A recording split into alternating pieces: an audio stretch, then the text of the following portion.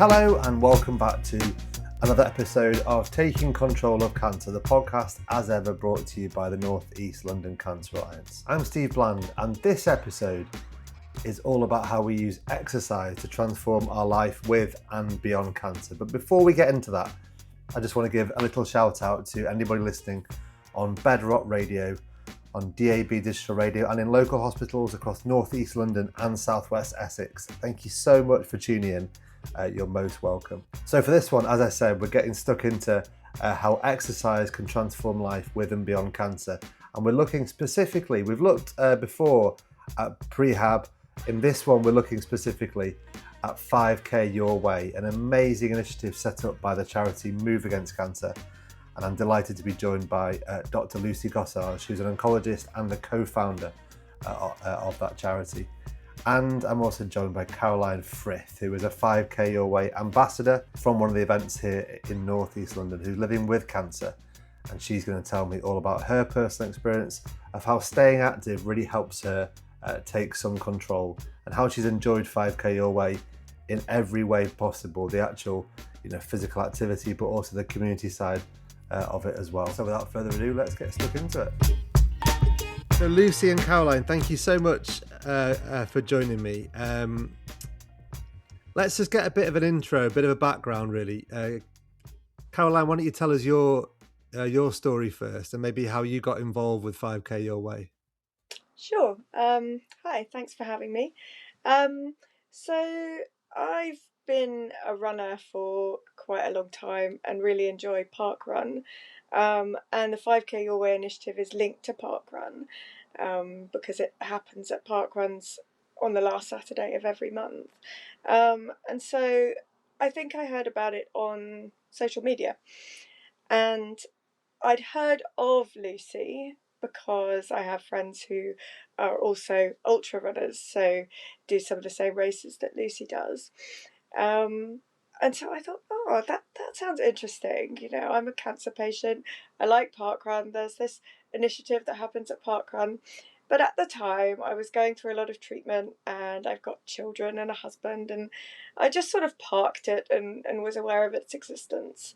And then I was contacted by a friend of mine who is, she's a consultant palliative care doctor, and she said they were trying to set up a 5K Your Way in Barking at the Barking Parkrun.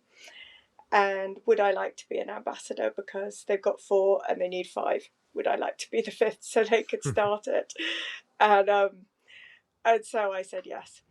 And that was probably about 1.5 years ago, I think. And it just started from there, really. What's your cancer, Caroline, and where are you in your treatment?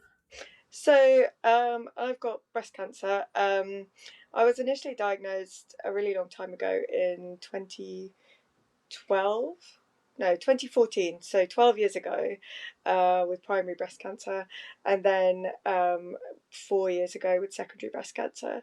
So I've been undergoing more or less constant chemotherapy for the last 4 years, but still getting out there, still trying to exercise and move as much as I possibly can, despite it all. And trying to prove that exercise does help, and that cancer is not going to stop me doing the things I want to do. Well, we'll get into all of that in one second because I couldn't agree more. And I know Lucy couldn't agree more either. Lucy, just tell us a little bit of the background of 5K Your Way and of Move Charity, I guess, as well. So Move Charity is 10 years old this year. 5K Your Way is 8 years old. So Move was originally founded by an amazing lady called Gemma, who's now a professional ultra runner, actually, which is quite incredible. But she had cancer when she was 24, and she was a runner before she had her cancer. And going through her treatment, she was really struck that there was no support to help her keep running and doing what she loved.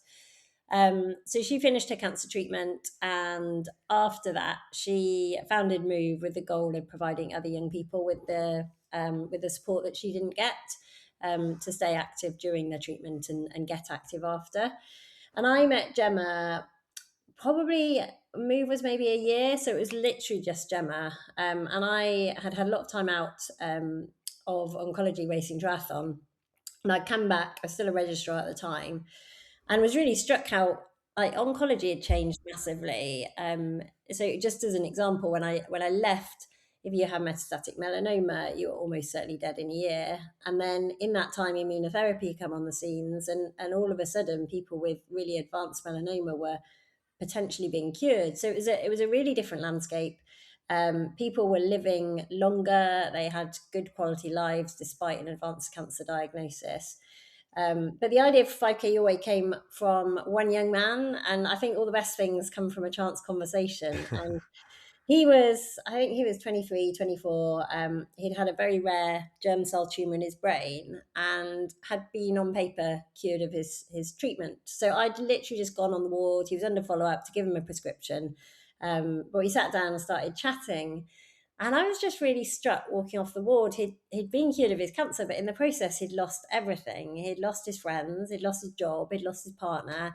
He had put on several stone in weight, and he told me he was spending most of the day asleep and most of the night awake playing computer games. And I just remember it was quite soon after I'd come back, walking off the walls and thinking, what are we doing? If, we're curing people, but this is the life that they're left with. And I loved Park Run. I'd had a chance conversation with Chrissy Wellington at Ironman Wales that year, and she had been mentioning social prescribing. And I just thought maybe we could get a group of young people to build up to walk a park run together. And it wasn't about running. It was about community. It was about having a goal. It was about meeting other people, getting out in the fresh air, anything that would get this young man, change his habits of being asleep all day and awake all night playing computer games. And I was like, I've got an idea. I told everyone in the hospital. And they were like, no, Lucy, just because you love running, no one else will, people with cancer won't want to run. But I just felt intuitively, and I think I'd had a friend who had depression. I'd seen how exercise had helped them. And I just believed that this was a thing. It could be a thing. So I'd heard about Gemma, I'd heard about Move. I thought it was a massive charity. I had no idea it was just Gemma. Dropped Gemma an email, which she ignored me. I always say this because I like to remind her. And then a month later, I dropped her another email. And long story short, we met for coffee. We had a chat, realised that we shared the same vision. And unlike everyone else in the hospital, when I talked about the idea of getting people down to a park run, she was like, well, let's just give it a go. So that was one of a few things that we tried doing together at that time. But yeah, that's how so we literally just put up some flyers in the hospital, tried to bully a few members of staff to kind of appear in the flyers, and just had a meet up. Thought it might be a one-off, but I think we got about 40 people that came down that first time. And we're like, well, this is brilliant. We had a great Saturday. People that came had a great Saturday. Let's just do it. Let's do it the last Saturday of every month. What the name? 5K Your Way. There we go. And that was how it started. It was only ever going to be a local sport. Absolutely amazing. It is amazing. We spoke to Gemma. I can remember speaking to her on You Me in the Big C. I think wouldn't have been long after it had all started. And hearing about it, it was funny back then. And you'll know better than me in the kind of world of oncology. Maybe actually you, Caroline, from your first diagnosis, exercise wasn't such or there wasn't such a emphasis on staying active, and prehab's a big thing now. Prehab wasn't perhaps a thing 10, 15 years ago. There is much more of an emphasis now on keeping fit, staying healthy during your treatment. Yeah, I mean, exactly. Nobody mentioned anything to me back when I was first diagnosed. And I remember saying to the surgeon when he was telling me what kind of surgery I was going to have and all this stuff, and just saying to him, well, when will I be able to go running again? And he looked at me as if I was completely mad. And just nothing, no support like that. It was literally, you have surgery, you may have chemotherapy, you may have radiotherapy, bish bash bosh, that's it.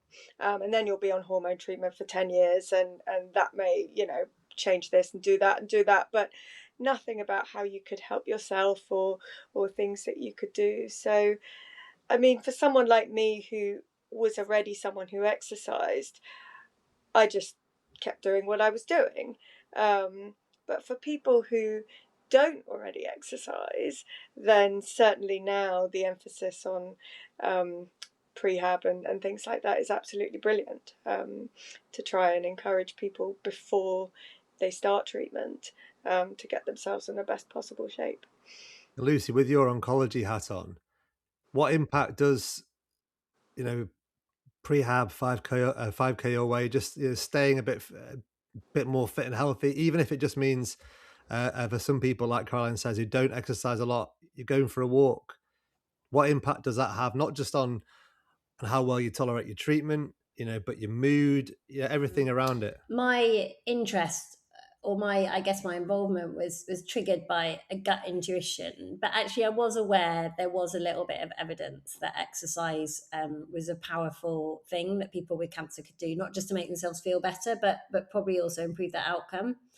But I guess the reason I got so involved and believed so passionately in it was actually first and foremost from seeing the impact on the people that came to the 5K Real Way groups. And I think that's, for me, is always the most important. Seeing how it changed people's outlook and gave them back this sense of control. That was something that a lot of people said to me, gave them a date in the diary that's not a hospital appointment. But what's really nice is that we actually have really good evidence that exercise, movement, whatever you want to call it, is one of the most powerful things that anyone with a cancer diagnosis can do. So we've known for a long time that it improves mood, that it's the very best treatment for cancer fatigue. So cancer fatigue is not like normal fatigue. It's not just normal tiredness. It's not related to having a busy day, to not getting a good night's sleep. It's really unpredictable. It's really challenging. It often lasts a long, long time after your treatment's finished. And exercise, for a long time, we've known that's the best way of managing it. We know it improves health-related quality of life. I always thought, actually, if you had a pill that made people improve their mood and improve their quality of life and reduce fatigue, then that's you'd probably give it to everyone with cancer. Yeah. But we've now, for a while, we've had kind of retrospective data where they look back at big cohorts of people with cancer, suggesting that exercise actually improves survival, so reduces risk of cancer recurrence. Prehab, obviously, cancer exercising before cancer surgery, we know that improves how well people tolerate with surgery, and it's really interesting. Actually, just a 2-week course of fairly intensive exercise. We're not talking about like super crazy sessions. We're just talking about, for people who aren't active at all, giving them 2 weeks of focused training to become more active, can have a really significant impact on reducing duration of hospital stay and chest drains and surgical complications. But we've now got, as of last year, randomized controlled trial. So this is a trial that compares exercise, I guess, the same way that we compare drugs.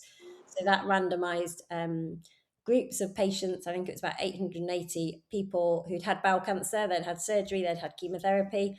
They were a cohort of people who weren't meeting the National Physical Activity Guidelines, so they weren't doing moderate activity for 2.5 hours a week. And they were randomized either to a 3-year supported exercise program. That's really important because you need that. It came with motivational kind of support mechanisms. It wasn't just a plan and go and do it. They were given support to be active, to just giving them standard health advice and information that it's good to be active. And the patients who randomized the exercise arm, their risk of cancer recurrence and second cancers was reduced to the same extent as that to which most of the chemotherapy drugs we use. Wow. Reduce risk of recurrence. So that was really pivotal because it was the first randomized study showing, actually, if you can support people to be active, and it wasn't even crazy amounts of activity. They were the treatment arm, or the exercise arm, on average, were walking about 90 minutes brisk walking a week extra than the general advice arm. So that's achievable for the majority of people after cancer treatment. The benefits from that is the same as most of the chemotherapy drugs that we use. Wow. That's incredible. It Absolutely is. incredible. And what power you have now in having that evidence as well. It's not just anecdotally, I feel a bit better. You've actually got that, that real evidence to kind of push forward what you want to do. But I, it's oh, sorry, Caroline. I was just going to say that I have a group of consultant oncologists who are sort of overall in charge of my care, and there's one main one. But a few months ago, I met one of the others for the first time, and he said to me, we think that the reason that you are still doing okay and you're still here is because you were so fit to begin with, and you've maintained it as much as you possibly can. And that was after 4 years of treatment. And to hear him say that, I felt, almost kind of vindicated. It's like, it's worth it. Yay, and obviously that's very anecdotal and it's just one person, but yeah, it was good to hear that.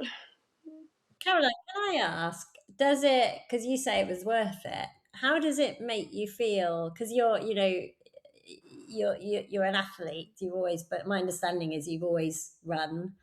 How does it make you feel now trying to stay as active as you can with a body that's, I guess, changing year by year or month by month? Or I mean, it's hard, because I've reached the point where I can no longer keep up with my friends in my running club and things like that. But I can still call them up and meet them and go for a walk. I can still go to park run and I can walk it. I can still go swimming.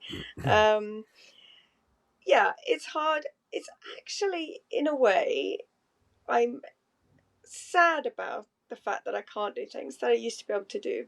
But I'm sort of coping with it better than I thought I would, if that makes sense. I think because it's happened gradually, it's not, obviously I haven't just kind of fallen off a cliff, and I still go along to races and I still cheer my friends, support my friends. So the community is still there for me, just in a different way.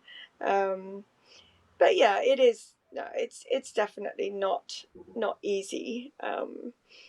But I am really grateful for all the things that I have been able to do.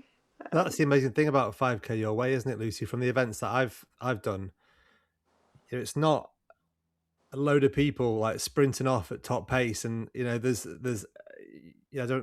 many people do it, but there's a real spectrum of people, walking it, you're running it as fast as they can, everything in between as well. yeah, absolutely, and I think that's the biggest barrier, actually, that it's linked to park run, which puts a perception in people's head that it's about running. And that was what I said when what people in the hospital said: people with cancer don't want to be told to run, but it was never about running. And I think yeah, a big part of it is the community, and it's like any sports group. Activity is a real leveler. It doesn't matter how old you are, or how active you were before, or how much you earn, or how educated you are. You're just out there doing something together with people. And I guess with 5K Your Way, what I see externally, and I would never want to comment on what it's like to be someone with cancer, but to some extent, what kind of cancer and how advanced it is, that doesn't really matter. The people in the groups that I go to seem to just enjoy being around people who get it.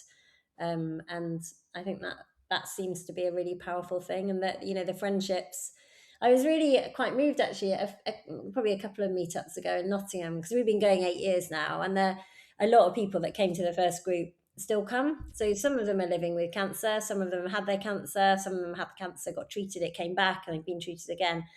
But there were two sisters who are both undergoing breast cancer treatment, and they were talking to two ladies who've been coming for years, who are kind of 5 years down for their treatment. And it was just amazing seeing how the people who'd been through it were almost, I don't know, providing a glimpse into the future for these two sisters, and sharing feelings about, I don't know, some of the side effects of it. And the two sisters were just so emotional. They ran over the finish line together.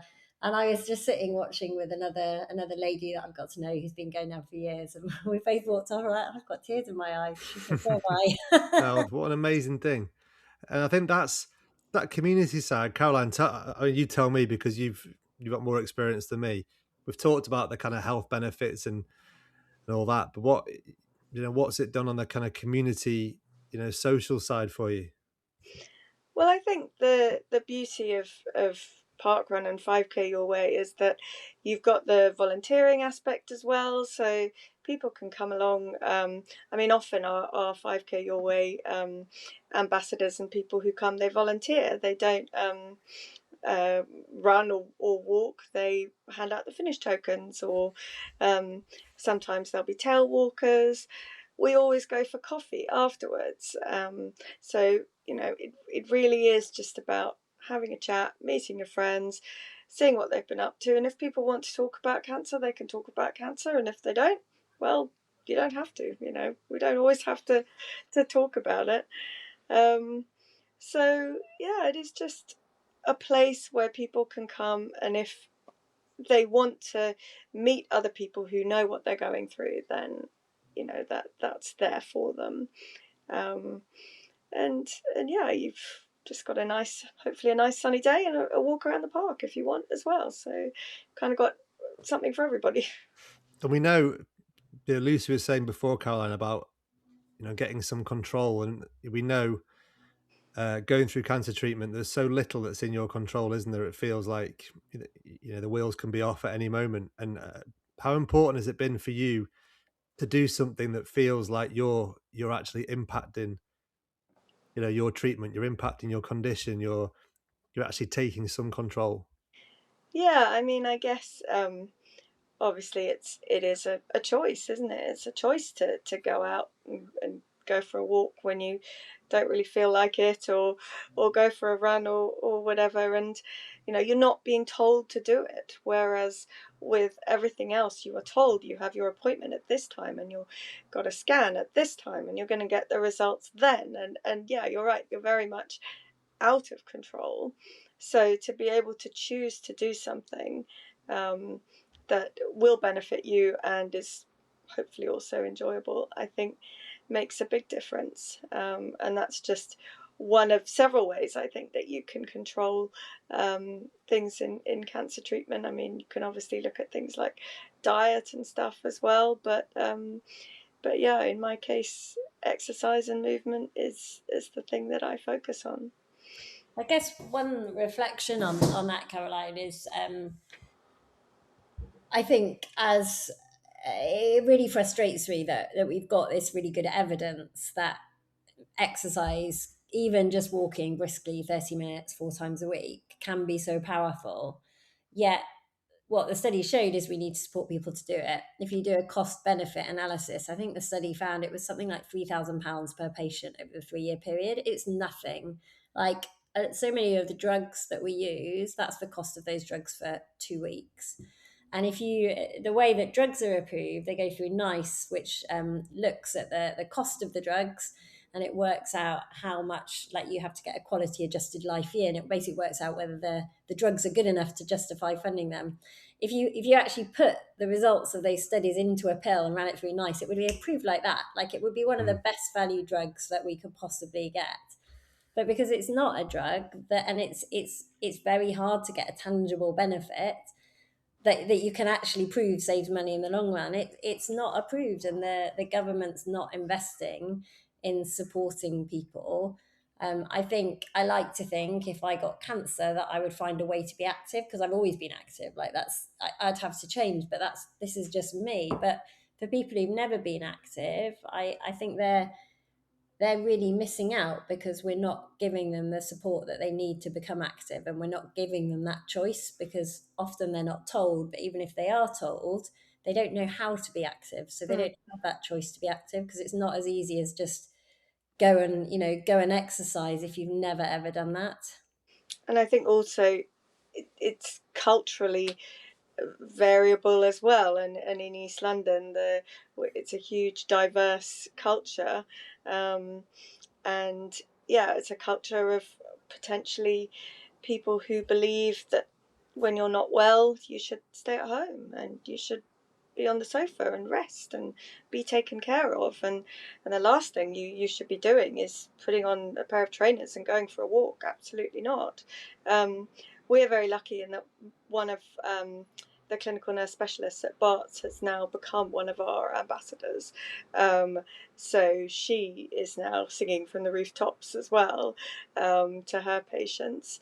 And also the Maggie Centre are obviously aware of what we do, the Maggie Centre at Barts. So they tell people. It's really a case of signposting, but also then giving people contact details and trying to encourage people. It is hard. It's really hard to what if you're somebody that's never exercised, why are you suddenly going to do it when you're ill? Yeah. And just picking up on the different cultures and different perspectives and different understandings, I think that's something that we are now very mindful of at Move. And actually, when I look back, because 5K always, it's very white and it's very middle class predominantly. And I think, why do we not do this sooner? It actually makes me really kind of cringe and think, why did it? Because 5K is not, it's not culturally acceptable running or walking to lots of different different groups and different communities. So one of the things that we're trying to do and pilot kind of locally around Nottingham, Leicester, is actually use some of our Move mentors, kind of training them to be able to go into different community groups and support the leaders of those community groups to empower their community groups to be active, the people we counsel in their community groups to be active. And I've not been involved with it, but it's so interesting. This, the stories that the Move mentors tell me about what resonates with different communities, and how actually we should have been doing this a long time ago. Yeah, this is actually a big theme that we come back to on this podcast an awful lot. Northeast London, as Caroline says, it is such a diverse part of the world, and I think there's a big challenge in the languages the literature's put out in. I think I was reading there's no word for screening in Romanian. There's so many different challenges. There's so many different things they have to think about, and one of them, as you say, Lucy, a massive one is the accessibility of all this kind of thing to people. And I think that's the key thing with 5K Your Way, isn't it? How accessible it is, and how open it is to anybody. On paper, it's accessible. Well, yeah. Actually, I it's not guess. accessible because of the barriers Yeah. for a lot of people to turn up. And I think the great thing about exercise movement is a much better way than exercise. It doesn't really matter how you move, Yeah. as long as you get a little bit short of breath so that you can talk but can't sing. Whether you're doing that like power mowing or climbing the stairs or Zumba dance, and they do like drumming and Zumba dancing and I don't know, loads of stuff that I would never have even thought of as doing, but it's the same model. It's community and it's movement and being around people that get it. And I guess like I'm not going to leave Move, but if I left Move, the legacy I would hope, or whatever, but the legacy I hope Move would take is moving your way, and that doesn't matter. And it was 5K your way, but actually it could be paddleboard, it could be anything. Moving your way is the message that I'd want to leave, I guess. You're actually probably in a good position to compare, different, from your first diagnosis, Caroline, 14 years ago, to your secondary diagnosis, and talking like about prehab and the stuff you might be offered in the hospital.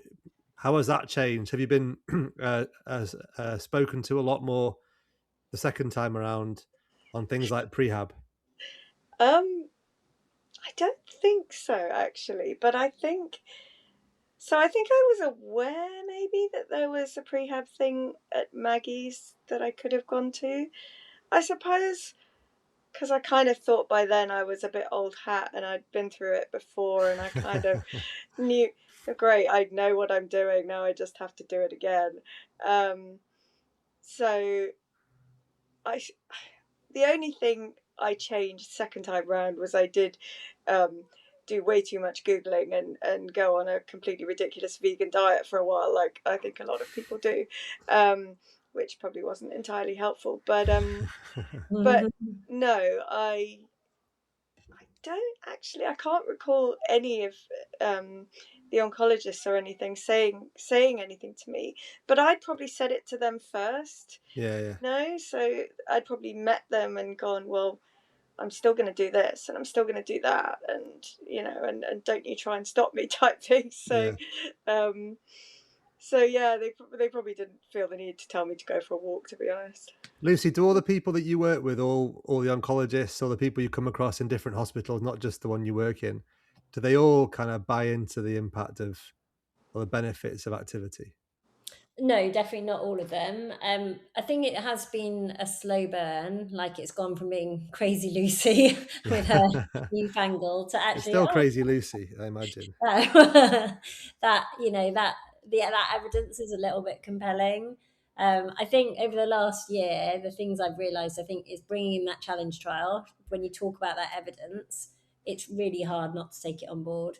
But also getting people who've felt the benefits themselves, people living with or after cancer, to share the not just the physical side, but the emotional, psychological side. I think that's the key way to getting on board. But yeah, definitely, I think there's you're discriminated against to some extent if your oncologist isn't active or isn't aware of the evidence. But I do think oncologists need somewhere to signpost patients to, because we know for people who aren't active, just saying being active. I think if you do nothing, if all you do is give permission, that's still better than nothing. Because like Caroline said, a lot of people assume that you need to rest. So even just challenging that myth that rest is best is really good. But a lot of people do need more information. But yeah, like everything, I've always got ideas of things that we can do. It's just getting them enacting. Yeah. And I certainly feel at my appointments that that the clinic is so busy and it's always running late, and I feel like the oncologists want to know how you are and look at your test results and do all the medical stuff, which is fair enough. So if it's not going to be their job to signpost you and talk to you about exercise and nutrition and whatever, then that's fine. But there should be somebody else whose job it is, and they should be able to signpost you to that person. So whether that's a clinical nurse specialist or whatever, or someone at the Maggie's Centre, if your hospital has a Maggie's Centre, just as long as they are pointing you in the right direction. It doesn't have to be them adding to their workload. We did an episode actually a few weeks back, Caroline, with the prehab team from Bart's. And I think they were quite interesting in a lot of things, a lot of the kind of challenges that they have, with colleagues, maybe like with patients who just want to focus on their treatment, their chemotherapy, or whatever it might be.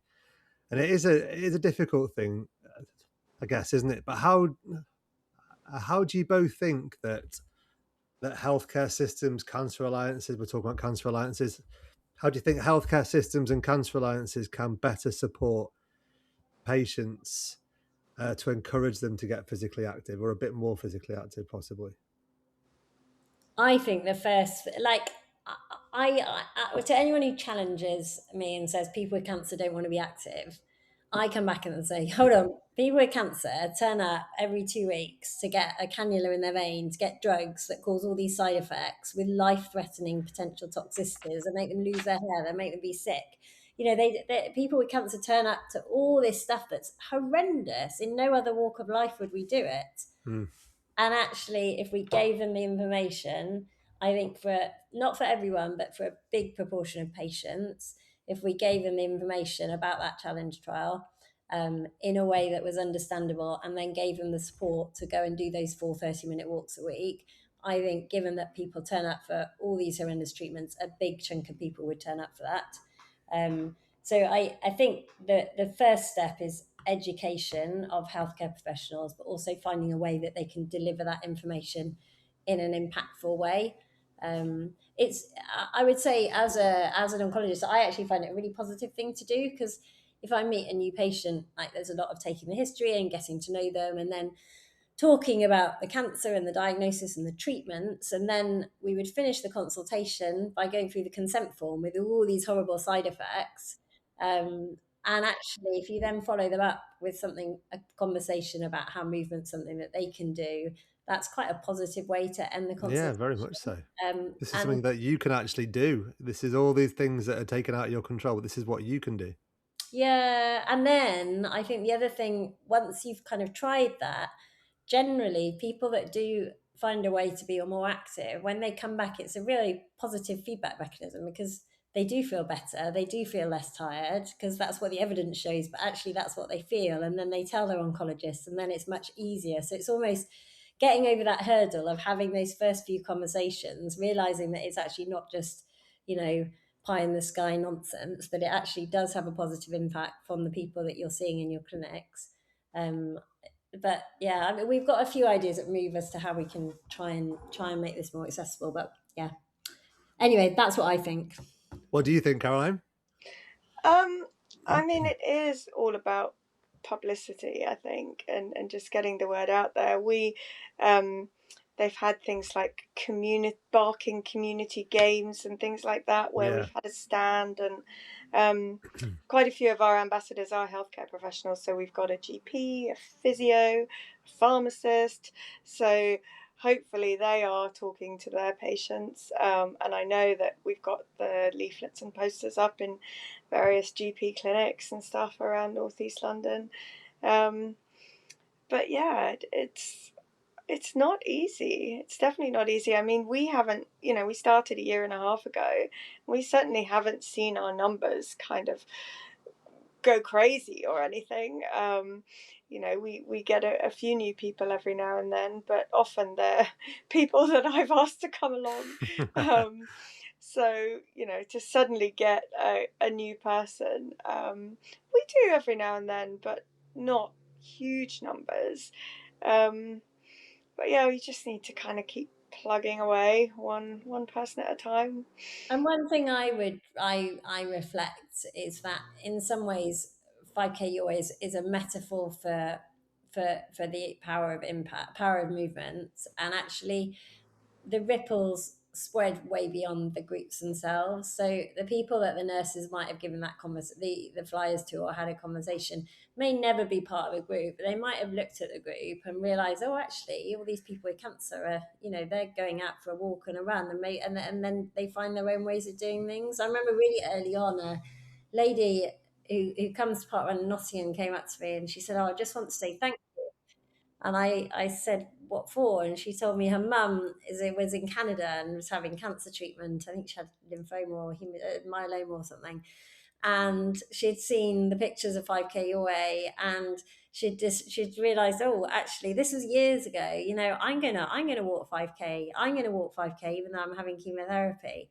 And she got up every Saturday and she walked her 5K, doing it her way. And she was there. We'd have never heard about it, and that kind of story stayed with me. I think actually just by talking about it, by wearing t-shirts, by showcasing, it's good to be active with cancer. I think we do more good than the numbers of the people in our groups perhaps would indicate. Maybe that's just me telling myself. No, I've no doubt that's the case, Lucy. Flippin' heck. I mean, this is such an amazing thing that you've created.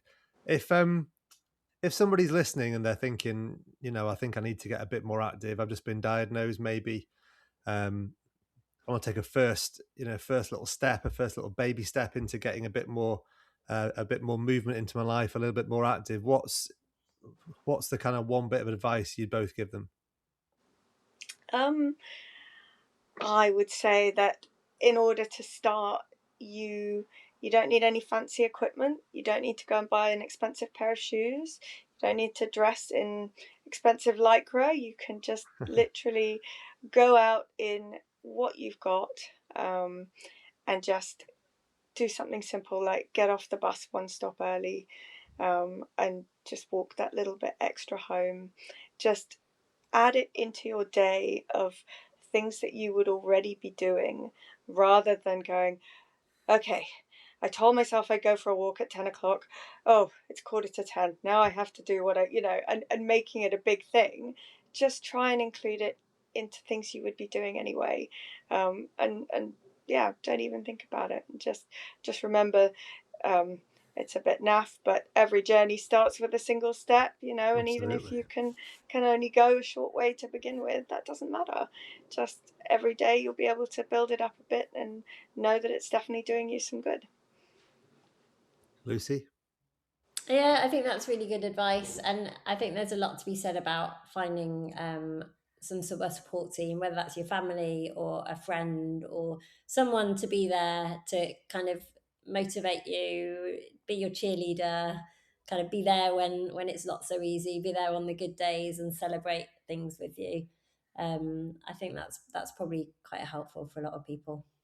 Definitely. And I guess in terms of, for people that don't act it, just in terms of what are you aspiring to do, I think for me the most important thing is just feel better and get that sense of empowerment and know that you're doing something that is almost certainly helping yourself. But in terms of what you're aiming to kind of feel like when you're exercising, I do like the phrase talk but can't sing. So you don't have to, because some people think I need to go out and sprint and so hard. You don't. You just need to be a little bit out of puff. I can definitely talk, but I definitely can't sing. I think just meant to ask earlier actually, Lucy. So you started off from this embryonic idea in Nottingham. How many 5K your ways do you have around the country now? I think 130 or something. That's Yeah. amazing. Yeah, it is cool. What an incredible thing. And Caroline's an amazing ambassador for Barking, clearly gets so many people going there, but there's loads of amazing ambassadors that you have working for you too, aren't there? Yeah, and actually just hearing Caroline talk, I can't quite believe that all these healthcare professionals, patients, people living with cancer, backed an idea. And I think, I often reflect, I had a lot of time out doing triathlon, and I think one of the big things I took from that is don't fear failure. And one of my biggest kind of things, you never want to wonder what if. And I love this quote: "What if I fall? Oh, but my darling, what if you fly?" And I remember Gemma and I, everyone in the hospital said it wouldn't work. And the night before, we had a chat. I'm like, oh, I wonder if anyone will come. It'd be a bit disappointing if they won't. And they were like, it doesn't matter. We'll have a nice time together. What have we lost? We've not lost anything. And I just think that's it's such a good life lesson. If you have an idea, even if the first people you talk to don't think it will work, if you really believe in it, just find someone else who does, and who knows, and maybe it will, maybe it won't, but you never lose by trying. What a wonderful little life lesson to end on. Not a little life lesson, a great life lesson to end on. Caroline, Lucy, thank you both so much. That's been really, really inspirational, really interesting chat. Thank you. Well, thank you.